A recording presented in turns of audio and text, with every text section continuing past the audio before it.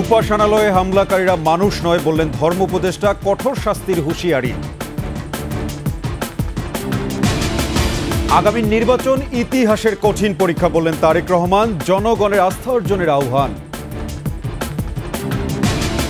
হাসিনার শাসনামলে ৬ শতাধিক গুম, সন্ধান চান স্বজনরা, আয়নাঘরে ভয়াবহ নির্যাতনের বর্ণনা। শিল্পকলা একাডেমিকে রঙ্গশালা বানিয়েছেন লাকি, ১,০০০ কোটি টাকার মালিক দস্তগীরের প্রিয় ভাজন নীলা। বন্যায় মৃত্যু বেড়ে ৫৪, বিধ্বস্ত জনপদে ঘুরে দাঁড়ানোর লড়াই, ঝুঁকিতে ২০ লাখ শিশু।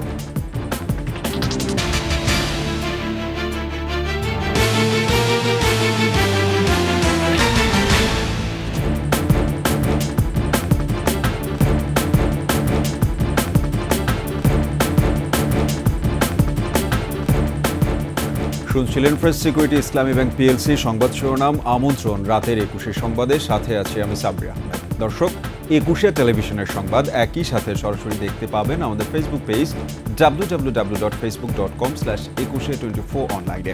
এছাড়া সাবস্ক্রাইব করতে পারেন www.youtube.com/21ATV চ্যানেলে। এছাড়া সংবাদে আরও থাকছে: আন্তর্জাতিক মহাকাশ স্টেশনের আয়ু প্রায় শেষ, ছুঁড়ে ফেলা হবে প্রশান্ত মহাসাগরে।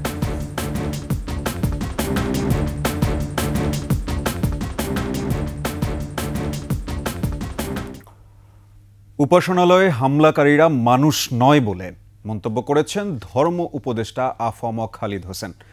রাজধানীর ঢাকেশ্বরী মন্দিরে জন্মাষ্টমী উপলক্ষে আলোচনা সভায় এ কথা বলেন তিনি। অপরাধীদের শাস্তি নিশ্চিত করা হবে বলেও হুঁশিয়ারি দেন ধর্ম উপদেষ্টা। বিস্তারিত সঞ্জয় অধিকারী রিপোর্টে। জন্মাষ্টমী উপলক্ষে আলোচনা সভার আয়োজন করে বাংলাদেশ পূজা উদযাপন পরিষদ। এতে প্রধান অতিথি হিসেবে অংশ নিয়ে ধর্ম উপদেষ্টা বলেন, এক শ্রেণীর মানুষ সরকারকে বিব্রত করতে মাঠে নেমেছে, তাদের যে কোনো মূল্যে প্রতিহত করা হবে। উপাসনালয়ে যারা হাত দেয় এরা মানুষ নয়, এরা পশু এবং এরা criminal must be punished under the existing law. অপরাধীদের ধরতে সকলের সহযোগিতাও চান তিনি। অজপাড়া গায়ে রাত্রেবেলা কেউ এসে কোনো মন্দির যদি অপবিত্র করে, আপনি মামলা করলেও আসামিকে আমরা ধর্ম কি করি, তার জন্য এভিডেন্স লাগবে। আপনারা সিসি ক্যামেরা বসান। মুসলমানদের যদি সাহায্য লাগে, we are ready to support you. এ সময় যুব ও ক্রীড়া উপদেষ্টা বলেন, এবছর দুর্গাপূজা বাধাগ্রস্ত করতেই চলছে ষড়যন্ত্র, সব ধরনের অপতৎপরতা প্রতিরোধ করা হবে বলেও জানান তিনি। সামনে দুর্গাপূজা রয়েছে, অনেক জায়গায় এই পূজা আয়োজনকে বাধাগ্রস্ত করার অনেক ধরনের ষড়যন্ত্র চলছে। যারাই এদেশের সাম্প্রদায়িক সম্প্রীতিকে বিনষ্ট করার জন্য ষড়যন্ত্র করবে, এই সরকার তাদেরকে ছাড় দেবে না। সাম্প্রদায়িক সম্প্রীতি রক্ষা করতে কোনো ধরনের গুজবে কান না দেওয়ারও আহ্বান জানান তারা। আমাদের এই অর্জনকে যেন নষ্ট করা না যায়। সঞ্জয় অধিকারী, ২১ টেলিভিশন, ঢাকা। আগামী জাতীয় সংসদ নির্বাচন ইতিহাসের অন্যতম কঠিন পরীক্ষা হবে বলে মন্তব্য করেছেন বিএনপির ভারপ্রাপ্ত চেয়ারম্যান তারেক রহমান। রাজশাহী বিভাগের নেতাকর্মীদের সাথে মতবিনিময়ে ভার্চুয়ালি এ কথা বলেন তিনি। ধারাবাহিক মতবিনিময় সভার দ্বিতীয় দিনে নেতাকর্মীদের উদ্দেশ্যে দিক নির্দেশনামূলক বক্তব্য রাখেন তারেক রহমান। বলেন, নির্বাচনের ফলাফলের জন্য বিএনপি সবসময়ই জনসমর্থনের উপর নির্ভরশীল। বিএনপি গত ১৭ বছর ধরে শত জুলুম ও নির্যাতন সহ্য করে যেভাবে জনগণের আস্থা ধরে রেখেছে, তার ধারাবাহিকতা বজায় রাখার কথা জানান তারেক রহমান। তিনি আরও বলেন, এমন কোনো কাজ করা যাবে না যা জনগণের আস্থা নষ্ট করে। জনসম্পৃক্ত থেকে জনগণের আস্থা অর্জন ও অক্ষুণ্ণ রাখতে তৃণমূল নেতা কর্মীদেরকে ঐক্যবদ্ধভাবে সকল প্রশ্নের ঊর্ধ্বে থেকে কাজ করার নির্দেশনা দেন বিএনপির ভারপ্রাপ্ত চেয়ারম্যান তারেক রহমান। রাজনৈতিক দলগুলোর সাথে আলোচনায় বসতে যাচ্ছেন অন্তর্বর্তী সরকারের প্রধান উপদেষ্টা ডক্টর মোহাম্মদ ইউনূস। আগামীকাল রাষ্ট্রীয় অতিথি ভবন যমুনায় বৈঠক শুরু হওয়ার কথা রয়েছে। রাজনৈতিক দলগুলোর সাথে এ বৈঠক চলবে রাত ৮টা পর্যন্ত। বিএনপি, জামায়াত সহ বিভিন্ন রাজনৈতিক দল থাকলেও এ বৈঠকে আওয়ামী লীগ বা ১৪ দলীয় জোটের কেউ থাকবে না বলে ধারণা করা হচ্ছে। বৃহস্পতিবার বিকেলে ডক্টর মোহাম্মদ ইউনূসের সাথে বৈঠক করে বিএনপি। এর আগে গত ৮ অগাস্ট রাজনৈতিক দলগুলোর শীর্ষ নেতাদের সাথে বৈঠক করেন অন্তর্বর্তী সরকারের প্রধান উপদেষ্টা।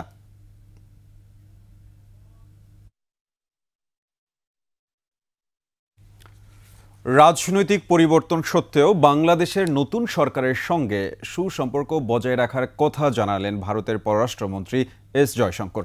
শুক্রবার নয়াদিল্লিতে পররাষ্ট্র নীতি বিষয়ক বইয়ের মোড়ক উন্মোচন অনুষ্ঠানে প্রতিবেশী দেশগুলোর সঙ্গে সম্পর্ক কেমন হবে তা নিয়ে অবস্থান স্পষ্ট করেন জয়শঙ্কর। বলেন, স্বাধীনতার পর থেকেই বাংলাদেশের সঙ্গে ভারতের সম্পর্ক ওঠানামা করেছে। রাজনৈতিক পরিবর্তনে পরিস্থিতি বিঘ্নিত হতে পারে, তবে সম্পর্কের বিষয়টি পারস্পরিক স্বার্থের প্রেক্ষাপট থেকে দেখার তাগিদ দেন তিনি। এর আগে সাপ্তাহিক ব্রিফিংয়ে শেখ হাসিনাকে ফেরত পাঠানো নিয়ে প্রশ্নের উত্তর এড়িয়ে যায় ভারতের পররাষ্ট্র মন্ত্রণালয়।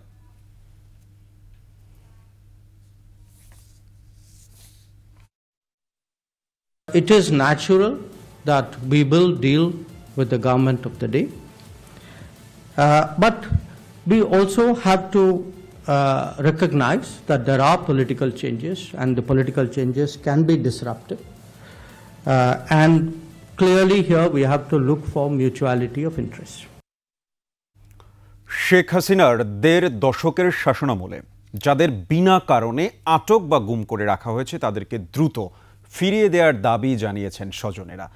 আর যেন বিচার বহির্ভূত হত্যা, আটক বা গুম না হয় সে দাবিও ছিল তাদের। মানিক শিকদারের রিপোর্ট। কেন্দ্রীয় শহীদ মিনার, হাসিনার শাসনামলে গুম হওয়া মানুষের স্বজনদের কান্না।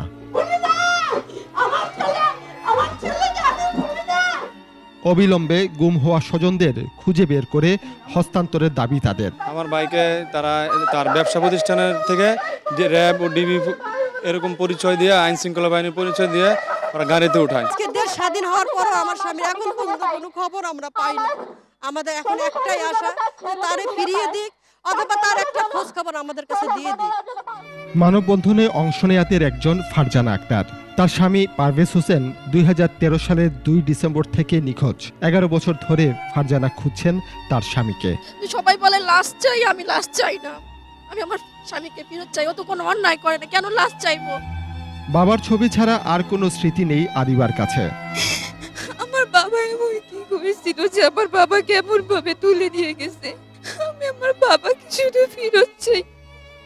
আমি এই ছবি ধরে না, আমি আমার বাবার হাত ধরে হাঁটতে চাই। মা সন্তানের জন্য পথ চেয়ে আছে, ভাই ভাইয়ের জন্য অপেক্ষায়। সন্তান বাবাকে ফিরে পেতে আকুতি, অথচ কেউ জানে না কবে ফিরবে তাদের স্বজন। প্রধান ব্যক্তিটা যদি সংসারে না থাকে তাহলে মানুষের জীবনটা যে কতটা মানবেতর হতে পারে এটা তো একমাত্র যে ভুক্তভোগী সেই বুঝতে পারে, আর এটা তো অন্য কাউকে প্রকাশ করা সম্ভব না। আমার মা শয্যাশায়ী, আমার মার গত বছর হার্টে রিং পরানো হয়েছে 3টা। ভাবতে ভাবতে টেনশন করতে করতে আর একটা ফ্যামিলি 14 বছর হেড অফ দ্য ডিপার্টমেন্টকে হারিয়ে কিভাবে রান করে ভাইয়া। মায়ের ডাক সংগঠনের পক্ষ থেকে দ্রুত তাদের স্বজনদের পরিবারের কাছে ফিরিয়ে দেওয়ার আবেদন। গুমের সাথে জড়িতদের দৃষ্টান্তমূলক শাস্তিও দাবি তাদের। রাষ্ট্রীয় নিপীড়নকে জনগণের উপর চাপিয়ে দেওয়া হয়, জননিরাপত্তার এই ধারণাকে ভেঙে ফেলতে হবে, ডিজিএফআই কে ঢেলে সাজাতে হবে। কল্পনা চাকমার সাথে অপহরণের যে জড়িত লেফটেন্যান্ট ফেরদৌস, তাকে কোনোভাবে তাকে গ্রেপ্তার বা জিজ্ঞাসাবাদ করা হয় না। ভবিষ্যতে আর কোনো মায়ের সন্তান বা পরিবারের সদস্য এমন করে গুমের শিকার না হয় সে ব্যাপারেও যথাযথ পদক্ষেপ নেয়ার তাগিদ স্বজনহারাদের। আমার নতুন সরকারের কাছে একটাই দাবি, আমার বাবাকে ফিরিয়ে দিন। আমার বাবার সাথে কি হয়েছে আমি সেটা জানতে চাই। মানিক শিকদার, 21 টেলিভিশন, ঢাকা। গোপন বন্দিশালা, ঘুটঘুটে অন্ধকার, রাত নাকি দিন কিছুই বোঝার উপায় নেই। দূর থেকে যখন আজানের ধ্বনি ভেসে আসতো তখন কিছুটা স্বস্তি মিলত। শেখ হাসিনার আমলে গুমের হিমশীতল অভিজ্ঞতা পাওয়া কয়েকজনের কথা জানাচ্ছেন প্রণব চক্রবর্তী। বাবার এই ছবিটা ধরে আমি সব জায়গায় যাই, বাবার হাতটা ধরে তো যেতে পারি না, শুধু এই ছবিটাই তো আমার হাতে থাকে। এই শিশুটি তার বাবাকে কবে ফিরে পাবে কেউ বলতে পারে না। এরকম বহু পরিবারেই কান্নার যেন শেষ নেই। ও ফিল করে যে বাবা জিনিসটা কি, কাছে যে জড়ে ধরতে পারে না, পাপা বলতে পারে না। তবে ফিরে আসা কেউ কেউ জানাচ্ছেন ভয়াবহ সেই সব দিনের কথা। 9 বছর ধরে ভারতে অবস্থানের পর বিএনপির স্থায়ী কমিটির সদস্য সালাউদ্দিন আহমেদ দেশে ফেরেন গত 11 আগস্ট। রাজনৈতিক প্রতিহিংসার শিকার হয়েছিলেন তিনি, গুম করা হয়েছিল তাকে। কিছু সশস্ত্র ব্যক্তি সাদা পোশাকে আইন শৃঙ্খলা বাহিনীর পরিচয়ে আমাকে উঠিয়ে নিয়ে যায়, চোখ বেঁধে হাত বেঁধে। একটা কক্ষ 5 ফিট বাই 10 ফিটের মতো হবে, এখানে বন্দী করে রাখে। 2015 সালের 10 মার্চ রাজধানীর উত্তরা থেকে নিখোঁজ হন সালাউদ্দিন। 62 দিন পর একই বছরের 11 মে ভারতের মেঘালয়ের শিলংয়ে স্থানীয় পুলিশ তাকে উদ্ধার করে। পায়ে হাঁটিয়ে এবং গাড়িতে করে বর্ডার ক্রস করে তারপরে আরো 4-5 ঘন্টা ড্রাইভ করে শিলংয়ের একটা জায়গা গলফ লিঙ্ক, যেখানে গলফ মাঠ আছে, ওখানে ছেড়ে দেয় এবং বলে যে ইউ আর ফ্রি নাও। তারপরে কিছু প্রাতঃভ্রমণকারীর লোকজনকে অনুরোধ করে আমার অবস্থা জানাই, পুলিশকে খবর দিতে বলি, তারা এসে আমাকে থানায় নিয়ে যায় এবং প্রাথমিক চিকিৎসার জন্য হাসপাতালে নেয়। এরপর নানা আইনি জটিলতা পেরিয়ে ছাত্র জনতার অভ্যুত্থান সালাউদ্দিন আহমেদের দেশে ফেরার পথ সুগম করে দেয়। তবে এখনও তাকে তাড়া করে ফিরছে সেই সব ভয়ঙ্কর দিনের দুঃসহ স্মৃতি। আমার মনে হতো হয়তো আমার পরিবার পরিজন, আমার ছেলেমেয়েরা কোনোদিনই আমার কবর কোথায় জানতে পারবে না। সালাউদ্দিন আহমেদ শেষ পর্যন্ত ঘরে ফিরলেও অনেকেই আর ফেরেননি। বিএনপির সাবেক সাংগঠনিক সম্পাদক ও সিলেট 2 আসনের সাবেক সংসদ সদস্য ইলিয়াস আলী তাদেরই একজন। 2012 সালের 17 এপ্রিল রাজধানীর বনানী থেকে গাড়ি চালক আনসার আলী সহ নিখোঁজ হন ইলিয়াস আলী। হাসিনা সরকারের পতনের পর বহুল আলোচিত বন্দিশালা আয়নাঘর থেকে মুক্তি পান জামায়াতে ইসলামের সাবেক আমির প্রয়াত গোলাম আজমের ছেলে ব্রিগেডিয়ার জেনারেল আব্দুল্লাহিল আমান আজমি। 2016 সালের 23 আগস্ট তাকে আটক করা হয়। আমি গরমের সময় নামাজ পড়ার জন্য, কিন্তু চোখের পানি মুছতে মুছতে মুছতে মুছতে এটা যে পরিমাণ চোখের পানি মুছছি, যদি সেভ করা যেত একটা বড় দিঘি হইতো। এর আগে 2016 সালের 9 আগস্ট নিজ বাসা থেকে তুলে নিয়ে যাওয়া হয় জামায়াতের নেতা মীর কাশেম আলীর ছেলে ব্যারিস্টার আহমেদ বিন কাশেম আরমানকে। তিনিও মুক্তি পান হাসিনার ক্ষমতাচ্যুতির পর।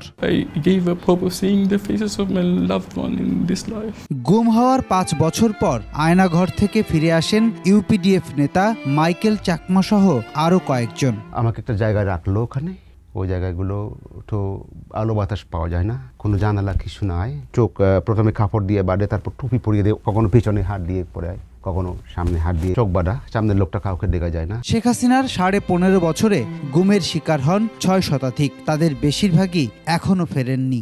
আজও অপেক্ষায় তাদের স্বজনেরা। প্রণব চক্রবর্তী, 21 টেলিভিশন, ঢাকা। জাতিসংঘের আন্তর্জাতিক মানবাধিকার কমিশনের সহায়তা নিয়ে হাসিনা সরকারের গুম খুনের তদন্ত ও বিচার দাবি করেছে বিএনপি। আওয়ামী লীগ ক্ষমতা আসার পর আইনশৃঙ্খলা বাহিনী দিয়ে ভয়াবহ মানবাধিকার বিরোধী অপরাধ করেছে বলেও মন্তব্য করেছেন দলের নেতারা। দিল্লি থেকে শেখ হাসিনাকে ফিরিয়ে এনে বিচারের মুখোমুখি করারও দাবি জানান তারা। শিউলি স্বপ্নামের প্রতিবেদন। আন্তর্জাতিক গুম প্রতিরোধ দিবস উপলক্ষে নয়াপল্টনে দলীয় কার্যালয়ের সামনে বিএনপির সংহতি সভা। অংশ নেন শেখ হাসিনা সরকারের শাসন আমলে গুম ও হত্যার শিকার হওয়া বিভিন্ন ব্যক্তির স্বজনরা।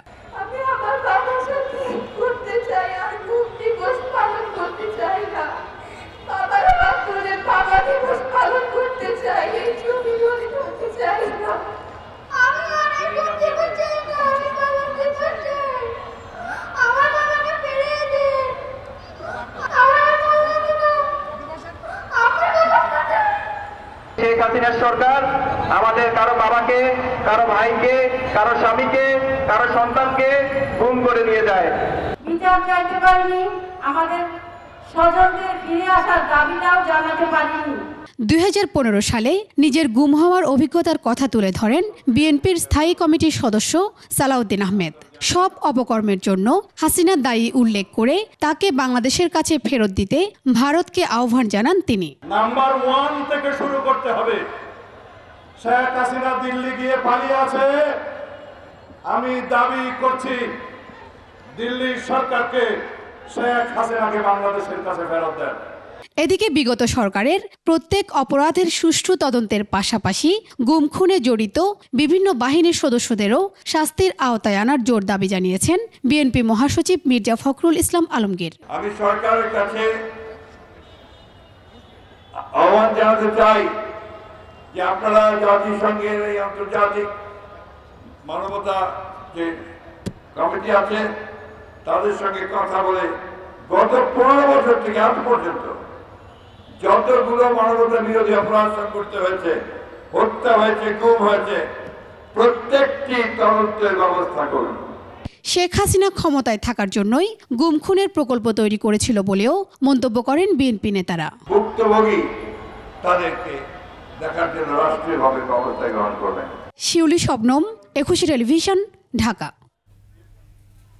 সেনাবাহিনীর অভ্যন্তরীণ দুর্নীতি ও গুমের ঘটনা তদন্তে উচ্চ পর্যায়ের আদালত গঠন করা হয়েছে। আন্তঃবাহিনী গণসংযোগ বিভাগ বিষয়টি নিশ্চিত করেছে। সম্প্রতি এক সাক্ষাৎকারে অভিযুক্ত কর্মকর্তাদের বিষয়ে সেনাপ্রধান ওয়াকারুজ্জামান বলেছিলেন, এ বিষয়ে তদন্ত চলছে, তাতে দোষী সাব্যস্ত হলে অবশ্যই ব্যবস্থা নেওয়া হবে। অনেক বিষয় তদন্ত হচ্ছে বলেও জানান তিনি। সেনাপ্রধান আরও বলেছিলেন, প্রমাণ ছাড়া কারো বিরুদ্ধে ব্যবস্থা নেওয়া যায় না। তদন্ত প্রক্রিয়াটি একটু ধীরগতিতে চলছে। এখানে বেশ কিছু বিষয় নিয়ে কাজ করতে হবে। বগুড়ায় বসুন্ধরা গ্রুপের চেয়ারম্যান আহমেদ আকবর সোবাহান, ব্যবস্থাপনা পরিচালক সায়েম সোবাহান আনভির সহ 46 জনের নাম উল্লেখ করে মোট 196 জনের বিরুদ্ধে হত্যা চেষ্টার মামলা হয়েছে। শিবগঞ্জ উপজেলা যুব দলের সাংগঠনিক সম্পাদক সামিউল আলিম আক্কাস বাদী হয়ে অতিরিক্ত চিফ জুডিশিয়াল ম্যাজিস্ট্রেট আদালতে মামলাটি করেন। বিচারক আবেদনটি আমলে নিয়ে শিবগঞ্জ থানার ভারপ্রাপ্ত কর্মকর্তাকে মামলা হিসেবে রেকর্ড করার আদেশ দেন।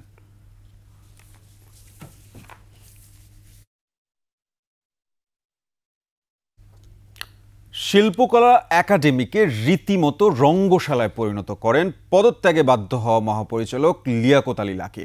নিয়মিত কর্মঘণ্টার বাইরে গভীর রাতের একাডেমি হয়ে উঠত প্রমোদ মঞ্চ, যেখানে নারী সহকর্মীদের বাধ্য করা হতো অনৈতিক নানান কর্মকাণ্ডে।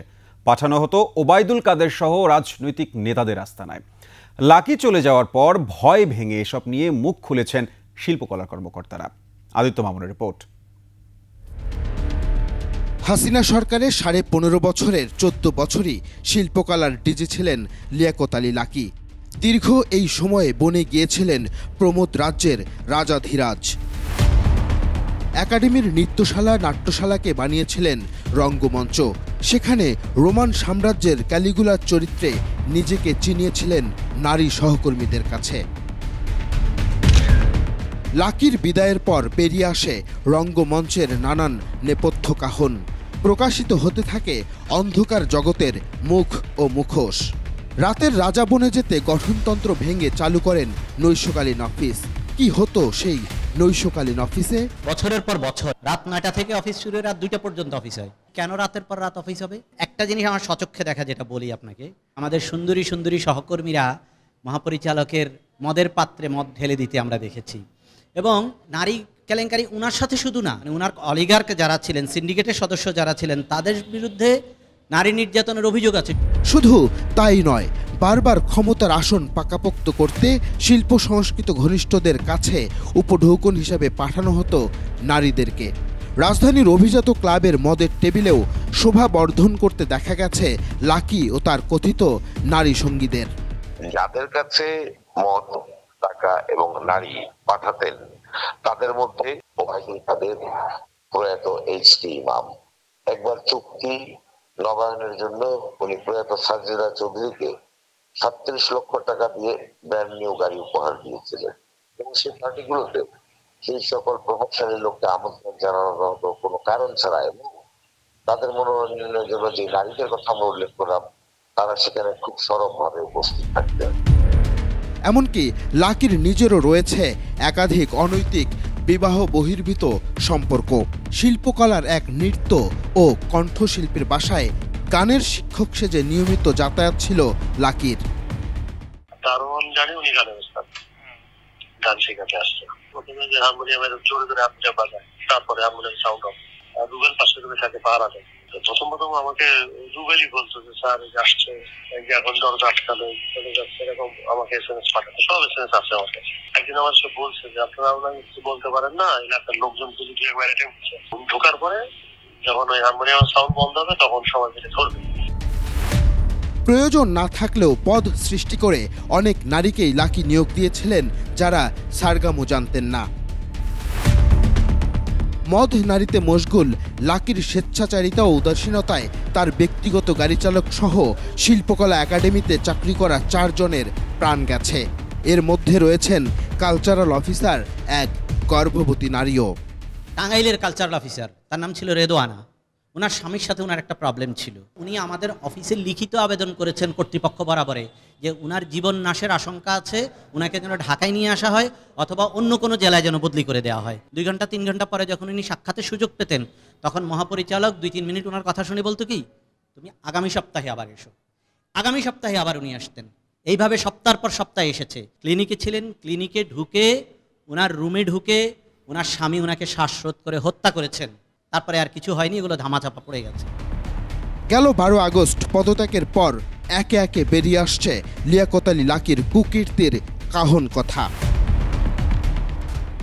আদিত্য মামুন, 21 টেলিভিশন, ঢাকা। আওয়ামী লীগ সরকারের বস্ত্র ও পাট মন্ত্রী গাজী গোলাম দস্তগীরের প্রিয়ভাজন ফেরদৌসী আলম নীলা রূপগঞ্জ উপজেলার একজন ভাইস চেয়ারম্যান পদ নিয়েই 2,500 কোটি টাকার মালিক হয়েছেন। দখল করেছেন সরকারি বেসরকারি মালিকানাধীন জায়গা। পূর্বাচলে ক্রীড়া কমপ্লেক্সের জন্য বরাদ্দকৃত জায়গা দখল করে নিজের নামে মার্কেট করেছেন। নীলার নীল বিষের ছোবল থেকে বাদ যায়নি প্রতিবন্ধী ও শ্মশানের জায়গাও। আওয়ামী সরকারের পতনের পর স্থানীয়রা এই নীলার বিরুদ্ধে গর্জে উঠেছেন। দৃষ্টান্তমূলক শাস্তির দাবি তাদের। রবিউল ইসলামের ক্যামেরায় মানিক শিকদারের রিপোর্ট। রূপগঞ্জের রূপবান নীলা। নীলার নীল জালে আটকা পড়েছেন অনেক ধনকুবের রাঘব বোয়াল, তার মধ্যে অন্যতম আওয়ামী লীগের সাবেক মন্ত্রী গাজী গোলাম দস্তগীর। নারায়ণগঞ্জের রূপগঞ্জ উপজেলায় ভাইস চেয়ারম্যান সৈয়দা ফেরদৌসী আলম নীলার বিরুদ্ধে জমি দখলসহ নানা দুর্নীতি ও বেআইনি কাজে লিপ্ত হওয়ার অভিযোগ দীর্ঘদিনের। রাজধানীর অদূরে রাজুকের গড়ে তোলা নতুন শহর পূর্বাচলে তার দাপটের সামনে প্রতিবাদ করার সাহস কারো ছিল না। ও ভাইস চেয়ারম্যান হওয়ার পর ওই দস্তগীর গাজী সহযোগিতায় সে কিছু টাকা মালিক হতে পারছে। পূর্বাচলে 300 ফিট রাস্তার পাশে ক্রীড়া কমপ্লেক্সের জন্য সংরক্ষিত বিশাল সম্পত্তির উপর নিজ নামে নীলা মার্কেট বানিয়ে সেখানে লাখ লাখ টাকা সেলামির বিনিময়ে দোকান ভাড়া দিয়েছিলেন। মার্কেটের পাশেই আরেকটি প্লট দখল করে বানিয়েছেন ক্লাব। এটা রাজুক থেকে ক্লাবের নামে পূর্বাচল ক্লাব লিমিটেড নামে বরাদ্দ নেওয়া জায়গা।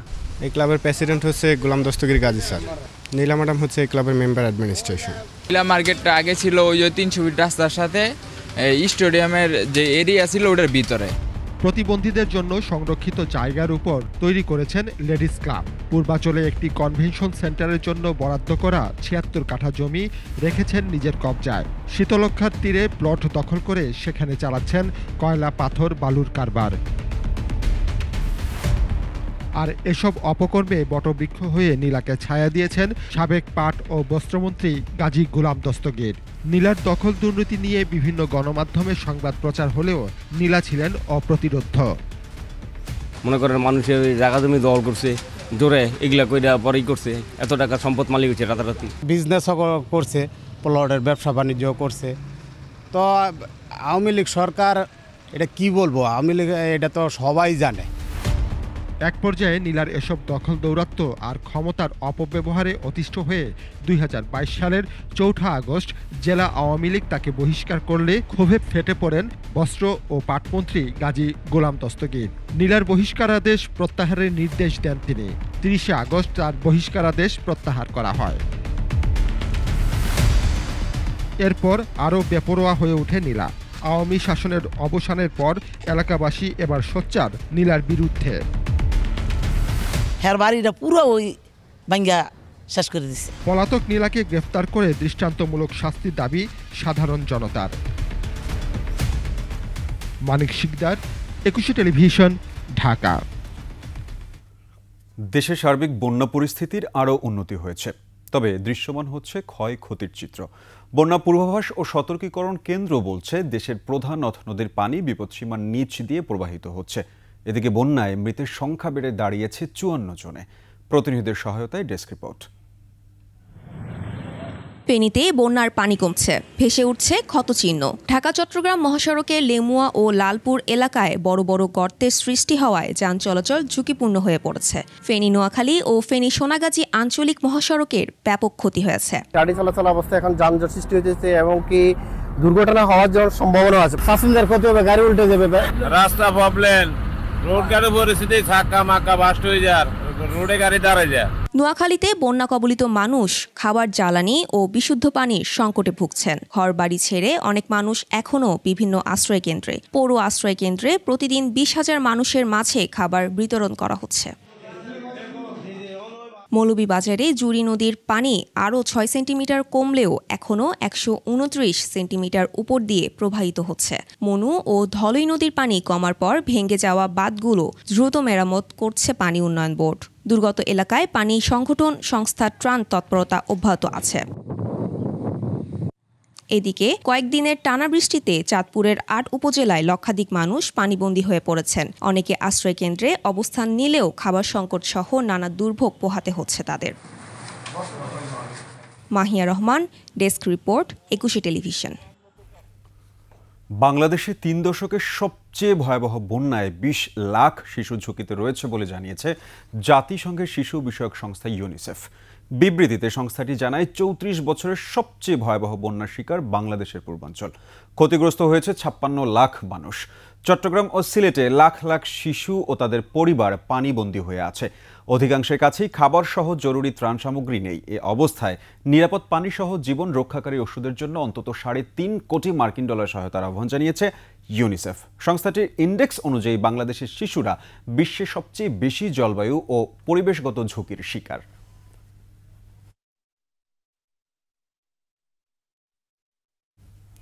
নিচ্ছি সংবাদ বিরতি। যখন ফিরছি তখন অন্যান্য সংবাদের সঙ্গে আরও যা থাকছে।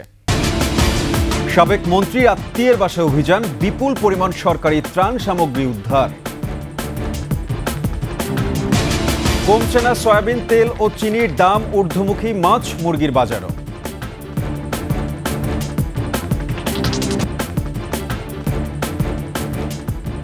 আমন্ত্রণ আবারও রাতের 21 সংবাদে। মেহেরপুরে জনপ্রশাসন মন্ত্রী ফরহাদ হোসেনের আত্মীয়ের ভাড়া বাড়ি থেকে উদ্ধার হলো সরকারি ত্রাণের মাল। ম্যাজিস্ট্রেটের নেতৃত্বে যৌথ বাহিনী অভিযান চালিয়ে সেলাই মেশিন, কাপড় সহ বিপুল পরিমাণ মালামাল উদ্ধার করেছে। বিস্তারিত ডেস্ক রিপোর্টে। মেহেরপুর শহরের কেশবপাড়ায় সাবেক জনপ্রশাসন মন্ত্রী ফরহাদ হোসেনের ফুফাতো ভাই দোলন দর্জির ভাড়া বাড়িতে সদর উপজেলা ভূমি কমিশনারের নেতৃত্বে যৌথ বাহিনীর অভিযান চালানো হয়। উদ্ধার করা হয় হুইল চেয়ার, খেলার সামগ্রী, টেলিভিশন, সেলাই মেশিন, কোরআন শরীফ, কাপড় সহ বিপুল পরিমাণ মালামাল। জানা গেছে এসবই সরকারি ত্রাণের মালামাল। সাবেক জনপ্রশাসন মন্ত্রী ফরহাদ হোসেনের নামে বরাদ্দ ছিল। বাড়ির মালিক সুরমান আলী জানান, সাবেক জনপ্রশাসন মন্ত্রীর ফুফাতো ভাই দোলন দর্জি মাসিক 6,000 টাকা হিসেবে ভাড়া নেন বাড়িটির নিচতলায় ডাইনিং রুম সহ 3টি কক্ষ। সেখানে প্রায় 1 বছর ধরে সরকারি সব মালামাল রাখতেন তিনি। মাঝে মধ্যেই এখান থেকে মালামাল বের করে নিয়ে যেতেন।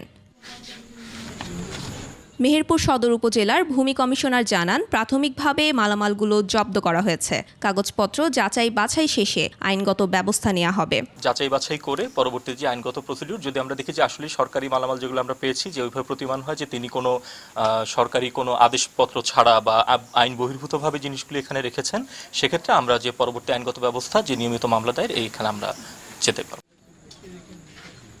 Mahiya Rahman, desk report, 21 television. ছাত্র জনতার আন্দোলনে মানবাধিকার লঙ্ঘনের ঘটনা তদন্তে আনুষ্ঠানিকভাবে জাতিসংঘের সহায়তা চেয়েছে বাংলাদেশ। অন্তর্বর্তী সরকারের প্রধান উপদেষ্টা ডক্টর মোহাম্মদ ইউনুস এ বিষয়ে অনুরোধ জানিয়ে জাতিসংঘের মানবাধিকার বিষয়ক হাই কমিশনার ভলকার তুর্ককে চিঠি দিয়েছেন। জেনিভায় প্রেস ব্রিফিংয়ে এ তথ্য জানান হাই কমিশনের মুখপাত্র। রিপোর্ট দুলি মল্লিকের। ছাত্র জনতার আন্দোলনে আইনশৃঙ্খলা বাহিনীর দমনপীড়ন, নির্বিচারে রাবার বুলেট, সাউন্ড গ্রেনেড, এমনকি প্রাণঘাতী অস্ত্র ব্যবহার করা হয়। এতে ঘটে বিপুল হতাহতের ঘটনা। এবার মানবাধিকার লঙ্ঘনের সেসব ঘটনা তদন্তে আনুষ্ঠানিকভাবে জাতিসংঘের মানবাধিকার কাউন্সিলের সহায়তা চেয়েছে অন্তর্বর্তী সরকার। সুইজারল্যান্ডের জেনেভা থেকে জাতিসংঘের মানবাধিকার বিষয়ক হাই কমিশনারের মুখপাত্র জানান, 1 জুলাই থেকে 15 আগস্ট অভ্যুত্থান ও অভ্যুত্থান পরবর্তী সময়ে মানবাধিকার লঙ্ঘনের ঘটনা নিরপেক্ষ ও স্বাধীন তদন্তে হাই কমিশনার ভলকার তুর্ককে চিঠি দিয়েছেন প্রধান উপদেষ্টা ডক্টর মোহাম্মদ ইউনুস। সংস্থাটি আরও জানায়, আগামী কয়েক সপ্তাহের মধ্যে একটি অনুসন্ধানী দল নিযুক্ত করবে জাতিসংঘ। মূল কারণ বিশ্লেষণের পাশাপাশি ন্যায় বিচার, জবাবদিহিতা ও দীর্ঘমেয়াদী সংস্কারের জন্য সুপারিশও করবে দলটি। এ কাজের জন্য এরই মধ্যে তদন্ত দলকে সর্বাত্মক সহযোগিতার আশ্বাস দিয়েছে অন্তর্বর্তী সরকার ও আইনশৃঙ্খলা রক্ষাকারী বাহিনী।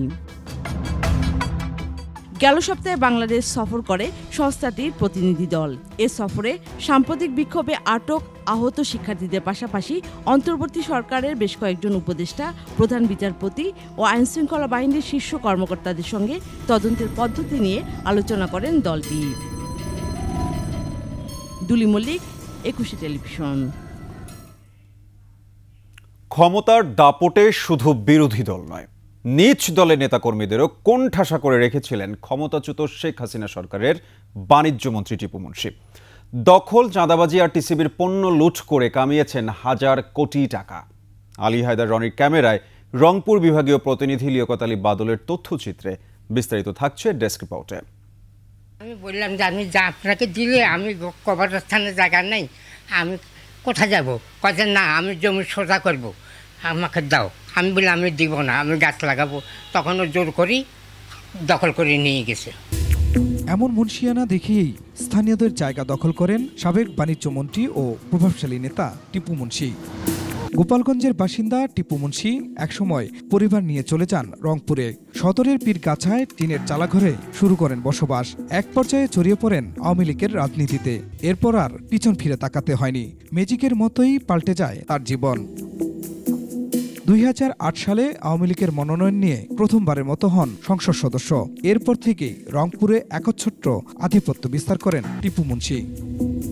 2014, 18 ও 24 সালের জাতীয় সংসদ নির্বাচনে ভোট ডাকাতির মাধ্যমে হন সংসদ সদস্য।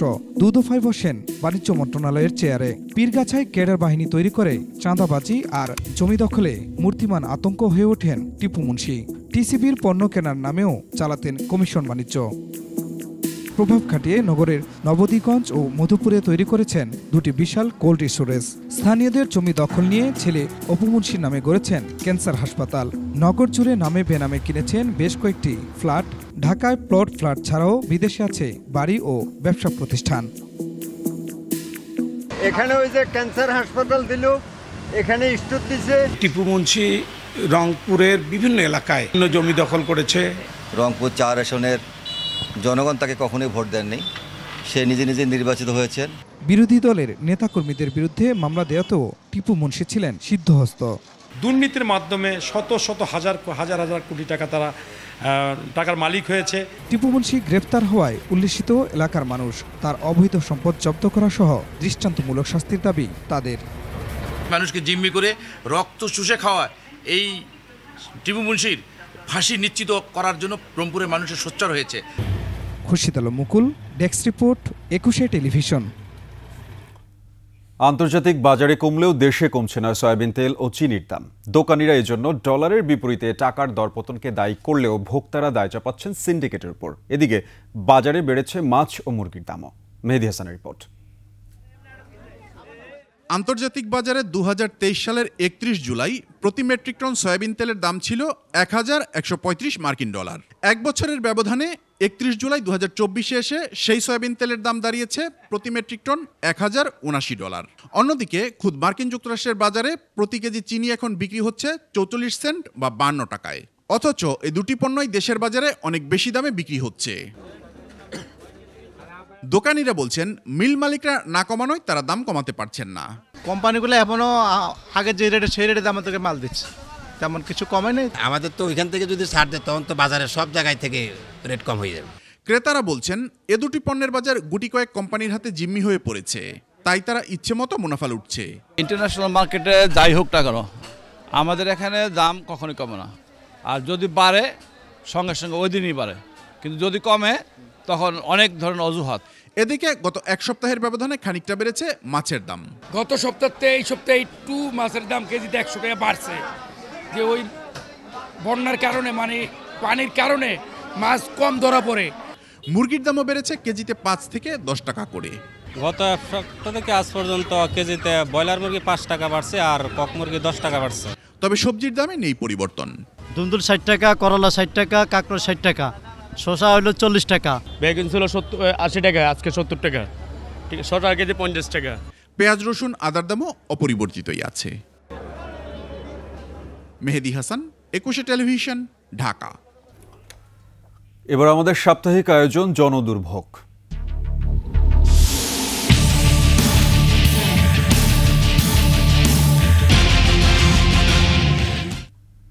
কুষ্টিয়া পৌরসভার নতুন ওয়ার্ডের বাসিন্দাদের দুর্ভোগের শেষ নেই।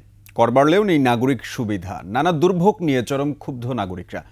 কুষ্টিয়া প্রতিনিধি জহুরুল ইসলামের তথ্য ও ছবিতে ডেস্ক রিপোর্ট। 42 বর্গ কিলোমিটার আয়তনের প্রথম শ্রেণীর কুষ্টিয়া পৌরসভার ওয়ার্ড সংখ্যা 21টি। এর মধ্যে 2015 সালে নতুন সংযোজন হয় 9টি ওয়ার্ড। 9 বছর পেরিয়ে গেলেও কোনো উন্নয়ন নেই নতুন করে যুক্ত হওয়া এসব ওয়ার্ডে। 13 নম্বর ওয়ার্ডের কাউন্সিলর মাহবুব আলম পাখির বাসার প্রাচীর সংলগ্ন এলাকার মানুষের চলাচলের জন্য একটি গুরুত্বপূর্ণ সড়ক রয়েছে। বর্ষায় সেটি কাদাময় হয়ে যায়। শুধু এ সড়ক নয়, 13 নম্বর ওয়ার্ডের 90 ভাগের বেশি সড়ক ব্যবহার অনুপযোগী। এতে চরম ক্ষুব্ধ নাগরিকরা। 9 বছর ধরে পৌরসভা হয়েছে, কোনো পৌরসভার কোনো কাজের উন্নয়ন না। এই তো দেখছেন উন্নয়নের গতি। হাঁটতে পারিনি, আমার রাস্তাটা তো বারবারই বলি কিন্তু হয়ে যাবে। একই অবস্থা অন্য ওয়ার্ডগুলোর।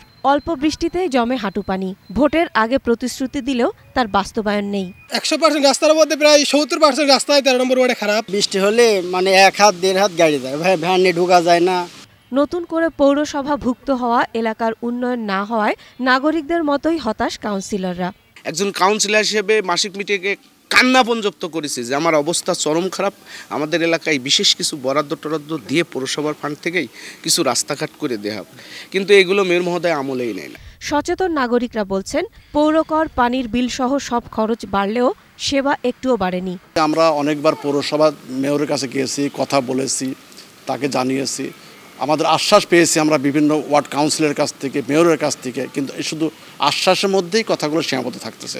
পৌরসভা প্যানেল মেয়র জানান, 2015 সালে নির্বাচনের পর নতুন ওয়ার্ডগুলোতে উন্নয়নের জন্য মেগা প্রকল্পের কথা বলা হলেও তা বাস্তবায়ন হয়নি। জোড়াতালি দিয়ে চলছে সবকিছু।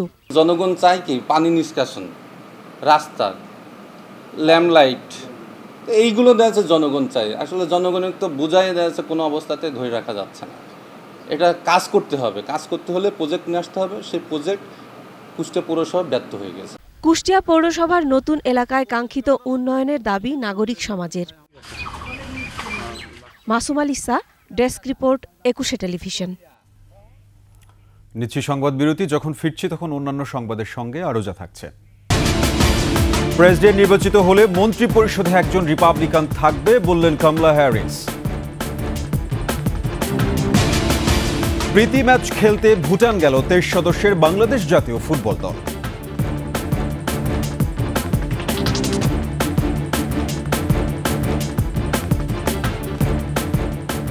আমন্ত্রণ আবারও রাতের 21 সংবাদে। শুরু হয়েছে 21 টেলিভিশনের 2 দিনব্যাপী প্রতিনিধি সম্মেলন। এতে অংশ নিচ্ছেন সকল জেলা ও উপজেলা প্রতিনিধিরা। সে সময় প্রতিনিধিদের নতুন উদ্যমে 21-এর চেতনায় উদ্বুদ্ধ হয়ে গণমানুষের কথা তুলে ধরার আহ্বান জানানো হয়। মফির রহমানের রিপোর্ট। 21 টেলিভিশনের সকল জেলা উপজেলা পর্যায়ের প্রতিনিধিদের নিয়ে 2 দিনের সম্মেলন। তো আমরা একটু শুরু করি। আমাদের এখনকার সেশন হচ্ছে উদ্বোধন করেন 21 টেলিভিশনের প্রধান সম্পাদক ও বার্তা বিভাগের প্রধান রাশেদ চৌধুরী। তিনি বলেন, প্রতিনিধিরা 21-এর চেতনায় গণমানুষের কথা তুলে আনবেন। এখন কিন্তু সবচেয়ে বড় সময় আপনার ঢাকার বাইরে থেকে সংবাদ নিয়ে এই 21-কে উঠিয়ে নিয়ে আসা। মানুষ ঢাকায় থাকে না, মানুষ থাকে ঢাকার বাইরে। পরে 21-এর বার্তা বিভাগের ডেপুটি হেড অফ নিউজ, সম্পাদকীয় প্রধান, চিফ রিপোর্টার সহ ডিজিটাল মাধ্যমের প্রতিনিধিরা বিভিন্ন সেশন পরিচালনা করেন। ভালো ভিডিও পাইলাম, ভালো ফটো, স্টিল ফটোগ্রাফিও আমি ভালো পাইলাম। Now the main source of information is crowd. Crowd কয় টাইপের? 2 টাইপস অফ ক্রাউড। আমি দেখতে চাই না যে পুরাতন একটা কিছু দিয়ে আমার স্টোরি শুরু হলো। সেক্ষেত্রে আমাকে সামথিং নিউ।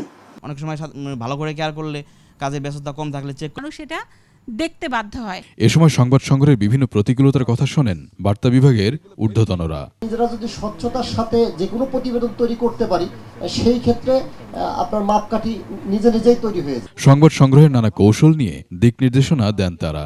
মোবাইল জার্নালিজমকে খাটো করে দেখার কোনো কারণে এর মধ্য দিয়ে মাঠ পর্যায়ে তথ্য সংগ্রহের আধুনিক প্রযুক্তি ব্যবহারে তাদের আরও দক্ষ করে তুলবে বলে মনে করছেন ২১ টেলিভিশনের প্রতিনিধিরা। দীর্ঘদিন পরে এবারে প্রতিনিধি সম্মেলন এবং এই সম্মেলনকে সামনে রেখে আমরা যারা প্রতিনিধি কাজ করতেছি আমরা নতুন উদ্দীপনায় নতুন আঙ্গিকে আমরা কাজ করব। এই সম্মেলনের মাধ্যমেই আমরা নেক্সটে আরও নিউজে আরও গুরুত্ব বেশি দেব। আমরা কারো কাছে মাথা নত করি না, এই আদর্শ বজায় রেখে যেন আমরা আগামীতে নতুন করে নিউজ করতে পারি। প্রতিনিধি সম্মেলনে যা শিখব, যা জানবো, এটি আমাদের কর্মক্ষেত্রে আমরা প্রয়োগ করব। সম্মেলনের সমাপনী দিনে ২১ টেলিভিশনের চেয়ারম্যান ও সিইও আব্দুল সালাম প্রতিনিধিদের সাথে মতবিনিময় করবেন। মফিউর রহমান, ২১ টেলিভিশন, ঢাকা। সবকিছু শুরু যেমন আছে তেমনি শেষও আছে। মহাকাশে সভ্যতার ইতিহাস গড়ে আন্তর্জাতিক মহাকাশ স্টেশনের আয়ু প্রায় শেষের দিকে। ২০৩১ সাল নাগাদ এটিকে ছুঁড়ে ফেলা হবে প্রশান্ত মহাসাগরের দুর্গম নিমো পয়েন্ট এলাকায়। স্টেশনটি ধ্বংস করতে ইলন মাস্কের প্রতিষ্ঠান স্পেসএক্সের সাথে ১০,০০০ কোটি টাকার চুক্তিও করে ফেলেছে নাসা।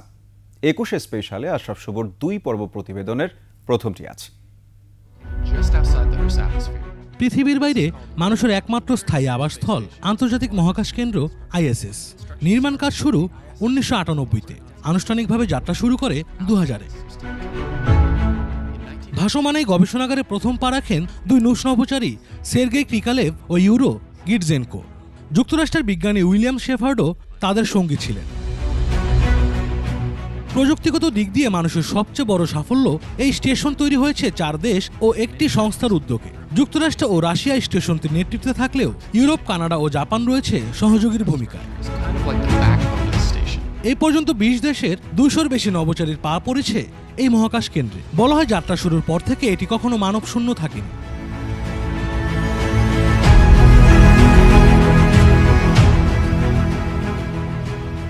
৬ রুমের এই স্টেশনে রয়েছে মাইক্রোগ্র্যাভিটি নিয়ে গবেষণাগার। এছাড়া পানি বিশুদ্ধ করা ও ক্যান্সারের মতো রোগের চিকিৎসা নিয়ে গবেষণা হয় এখানে। এই পর্যন্ত প্রায় ৩৩০০ গবেষণা চালানো হয়েছে এই স্টেশনে। প্রতি বছর এটি পরিচালনায় নাসার খরচ $৪০০ কোটি। ২৪ বছরের দীর্ঘ সফরে মহাকাশে পর্যটন, ভ্রমণ, সিনেমার শুটিংয়ের মতো অনেক ইতিহাসের সাক্ষী হয়েছে এই আন্তর্জাতিক মহাকাশ কেন্দ্র। তবে এখন বয়সের ভারে প্রায় নুবজ ISS।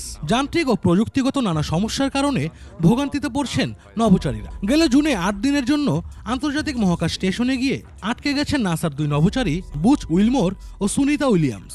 কারিগরি ত্রুটির কারণে ২০২৫ সাল পর্যন্ত মহাকাশ কেন্দ্রেই থাকতে হবে দুজনকে। তাই মহাকাশ বিজ্ঞানের এই অনন্য কীর্তি ২০৩০ সাল পর্যন্ত টিকে থাকবে পৃথিবীর কক্ষপথে। এরপর মহাকাশযানের কবরস্থান নামে খ্যাত নিমো পয়েন্টে ডুবিয়ে ফেলা হবে ISS। ফুটবল মাঠের আয়তনের সমান এই স্টেশনকে মহাকাশ থেকে পৃথিবীর বুকে নামিয়ে আনা সহজ কাজ হবে না বিজ্ঞানীদের জন্য। এরই মধ্যে এটিকে ধ্বংস করতে স্পেসএক্সের সাথে $৮৪৩ মিলিয়ন চুক্তি করেছে নাসা। এটিকে কক্ষপথ থেকে টেনে নামাতে ডি অরবিট ভেহিকেল নামের বিশেষ একটি যান তৈরি করবে ইলন মাস্কের প্রতিষ্ঠান। আশরাফ শুভ, ডেস্ক রিপোর্ট, ২১ টেলিভিশন। এবার আন্তর্জাতিক সংবাদ।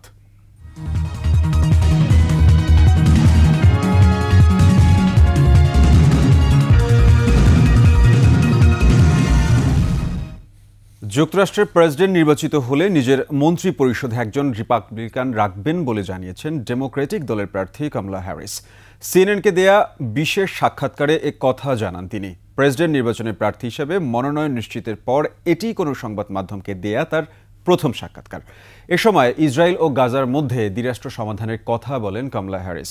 সাক্ষাৎকারে অভিবাসন নীতি নিয়ে নিজের অবস্থান পরিবর্তনের ব্যাখ্যাও দিয়েছেন তিনি। এছাড়া নিজের জাতিগত পরিচয় নিয়ে প্রতিদ্বন্দ্বী ডোনাল্ড ট্রাম্পের তোলা প্রশ্ন নাকচ করে দেন কমলা হ্যারিস।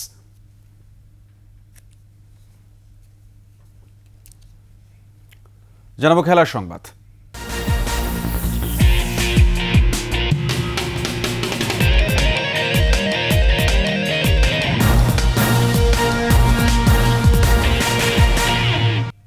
রাওয়ালপিন্ডিতে বাংলাদেশ পাকিস্তান সিরিজের দ্বিতীয় টেস্টের প্রথম দিন বৃষ্টির কারণে পরিত্যক্ত হয়েছে। এদিন বাংলাদেশ সময় সকাল 11টায় খেলা শুরু হওয়ার কথা থাকলেও বৈরী আবহাওয়ায় তা সম্ভব হয়নি। স্থানীয় সময় দুপুর 12টার কিছুক্ষণ পরেই প্রথম দিনের খেলা পরিত্যক্ত ঘোষণা করা হয়। যদিও সময় বাকি ছিল প্রায় 2 সেশন, তবে বৃষ্টির তোপে খেলা শুরু হওয়ার সম্ভাবনা দেখেননি আম্পায়াররা। রাওয়ালপিন্ডিতে প্রথম টেস্টে 10 উইকেটে জিতে এগিয়ে আছে Bangladesh.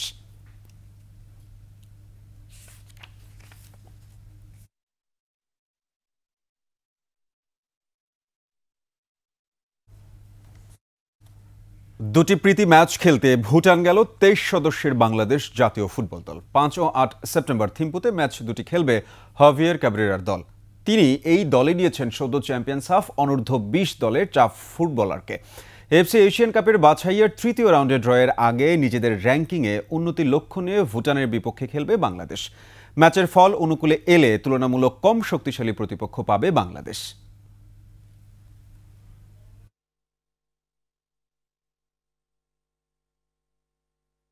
Today's practice, we have made the final selection of players, in a 23 players list that involve players from Bashundhara Kings, from the under-20 champions, and from the group that has been with us in this training camp. আর এর সাথে শেষ করছি রাতের 21 সংবাদ। যাবার আগে fresh security ইসলামী bank PLC সংবাদ শিরোনামগুলো আরও একবার। উপাসনালয়ে হামলাকারীরা মানুষ নয় বললেন ধর্ম উপদেষ্টা, কঠোর শাস্তির হুঁশিয়ার। আগামী নির্বাচন ইতিহাসের কঠিন পরীক্ষা বললেন তারেক রহমান, জনগণের আস্থা অর্জনের আহ্বান।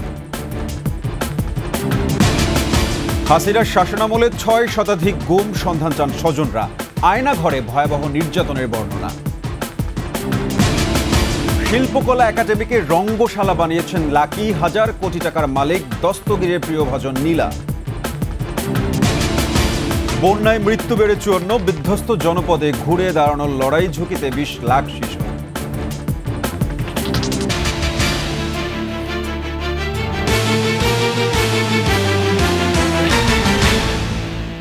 দর্শক, সর্বশেষ সংবাদ জানতে ডায়াল করুন 202 নম্বরে আর ভিজিট করুন 21-tv.com এই ওয়েবসাইটে। ফেসবুকে ভিজিট করতে পারেন www.facebook.com/2124 অনলাইনে। এছাড়া সাবস্ক্রাইব করতে পারেন www.youtube.com/21etv চ্যানেলে। এতক্ষণ সঙ্গে থাকার জন্য সবাইকে ধন্যবাদ। পরবর্তী সংবাদ রাত 12টা 55 মিনিটে দেখার আমন্ত্রণ রইল। 21-এর সাথেই থাকুন।